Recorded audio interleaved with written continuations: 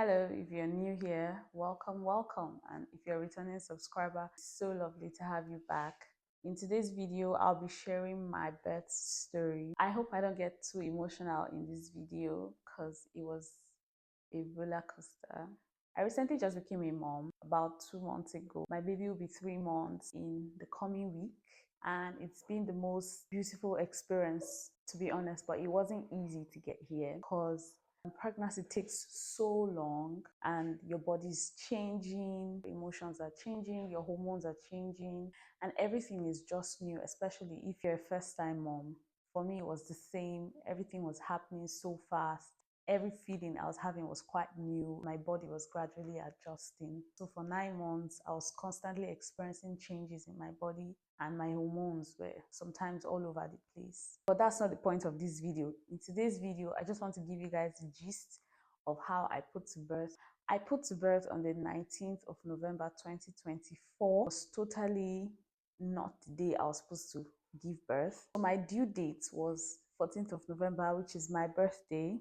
But I went past my due date by 5 days. I was so sure that I was going to give birth on my birthday, I expected everything to be perfect. I wouldn't go past my due date, but it didn't happen. In fact, I ended up giving birth 5 days after my due date. My last antenatal appointment was a day past my due date. And in that appointment, the midwife offered me a vaginal swab, but I declined because I wanted everything to progress naturally. I didn't want to do anything external to speed up the process. But she told me that if my waters don't break naturally and I make it to the next appointment, then they were going to carry out an induction. Anyways, I was hopeful that that wasn't going to be the case and that my waters were going to break, but I was wrong. The appointment was on a Friday. On a Sunday, my husband and I were on our way to church. I fell on the sidewalk, and the bad thing was that I fell on my tummy. When that happened, we were confused. We didn't know if to go to church or to go to the hospital because we felt it wasn't so bad. But then I was already crying. I felt so bad. I just felt pity for myself because I had such a big bump and then falling on it. The thought that you had worked so hard for 9 months and something bad could just happen and it will all count for nothing scared me. So I got emotional. I was crying, and my husband asked, "Oh, should we go to the hospital?" And I said to him, "I think we should go to church and pray. And then after church dismisses, we then go to the hospital." So we decided to go to church. But when we got to church, I felt my baby kicking in a manner that wasn't normal. She was kicking quite fast and rapidly. So I began to feel bothered about it. And I talked to my husband in church. I said, "I don't think we're going to complete this mass. I think we should just go to the hospital because I'm beginning to feel paranoid already." So we immediately left the church and drove straight to the hospital. I got to the hospital, went to triage, narrated my experience, and they had to do some vital signs as usual. When they were taking my vital, they then discovered that my blood pressure was really high. So the doctor at the triage said to me, "We've checked your vitals and your BP is quite high, and if it's okay, we'd like to admit you to monitor your vitals for a while. If it gets better, we can induce you since you're already way past your due dates. Or if you decline, it's still okay. You might want to go home and then wait to go into labor naturally." In my mind, I didn't want to be induced. To be honest, I wanted to have the experience of going into labor gradually. And I think that's okay. You know what you want to experience. I just wanted to have a feel of what it was like. So I would have opted to go home.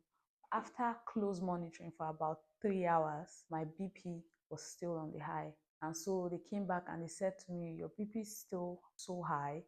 So they were going to place me on admission. At that point, I couldn't decline because obviously I didn't want to go with a high BP. So I preferred to stay at the hospital to be closely monitored, especially since I was in that condition already. Since I was already going to be on admission, they decided that they were going to induce me the following morning when the induction suite was available. My husband then had to go and get my things. At the hospital that night, slept fine. Somewhere in the middle of the night, I had to be moved to the induction suite. And the following morning, the induction process started. They walked me through the whole process, and they were just going to induce me, and I was going to go into labor and have a vaginal birth. So that was the plan initially. They tried different induction methods, strip first, and the labor wasn't really progressing and my water still didn't go. Eventually, later that night, they decided to put me on some drip to induce me further. Around, say, 2, 3 a.m., my waters went. I spoke to the midwife, told her, oh, my waters have gone. And she said, oh, thank God. So you should begin to progress into labor now. So I was hopeful. But then after about 24 hours, I wasn't even up to 2 cm dilated. Like they came to check so many times, and each time they'll tell me, oh, you're not even 1 cm dilated. Eventually, I became 1 cm, but I didn't progress past that for more than 15 hours. Within that period, the doctors came in a number of times to prepare my mind towards a C-section. So I had an unplanned C-section because from time I had hoped that I was going to have a vaginal birth, but with the new circumstances of my BP being high, being past my due date, not progressing in labor, it was beginning to become obvious that I might have to do a C-section. Despite everything I was told, I still wanted to wait it out. I was hoping that I was going to progress still, but that didn't happen. During that time, they had brought a consent form for me to sign just in case things start going by really fast and I would have to be taken into the theater.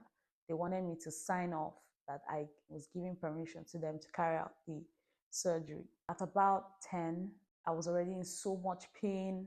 I had not eaten because of a possible CS. I was so parched. I was hungry and parched. And I just wanted to have everything done. I wanted my baby to be safe. I wanted to be safe. So I decided to go through with the cesarean section. Then they started preparing me for the CS. 11, I was taken to the theater. And at about 11:52, they brought out my baby. And that was it. For me, it wasn't really fast. It wasn't fast because I was in that whole situation for about 2 days. My body was tired. I think mentally I'd already lost it because I felt pity for myself. I felt sad that it didn't go as planned. But the long and short is that I now have my baby and she's fine and I'm really happy. You know, the last thing you want is to have spent 9 months growing your baby and something goes wrong. Because then there were possibilities, because my mom is a midwife as well. So she kept advising me through the process that always think about the best possible option, which is the one that prioritizes your life and the life of the baby. When the cesarean became expedient, we had to have it. My advice to every expectant mom would be, it's okay to want a vaginal birth, but if it becomes obvious that a vaginal birth might not be possible and you're offered a cesarean section, I would advise you to take it. I mean, the health professionals know best and they are definitely advising you based on experience. Looking back, if I had known that I was going to do a cesarean section, then I would have just done it on my birthday. It would have been amazing to share my birthday with my daughter instead of waiting 5 days after to still have the cesarean section. Also, it's possible to opt for a cesarean section way earlier, even before it is offered to you. If you know you don't want to go through the whole vaginal birth thing, then you can just decide to have a cesarean section. What matters in the long run is that your life and the life of your baby is preserved. So that's my little story. I hope you enjoyed it. I hope it encourages an expectant mother out there. The process of bringing a child to this world is not really straightforward. It can go smoothly and things can easily go wrong and go wrong very fast. So at every point, follow medical advice because they are the ones with the experience. They have an idea of what is going on in your body based on all the data that they gather, so in a better position to tell you what to do. So don't depend so much on family members. Don't depend so much on your will. Also, don't become too religious and say, oh, I want to give birth like the Hebrew women, in quotes.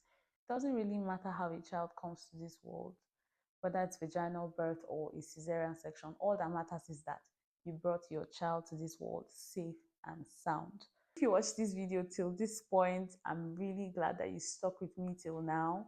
I hope my story inspires someone. If by now you've not subscribed to my channel, what are you waiting for? Don't you want to see this beautiful face every now and then? Just kidding, but please, to help my channel grow, I need you to subscribe. I need you to like this video and share this video with your family and friends. Thank you as you do that, and I'll see you in my next video. Bye.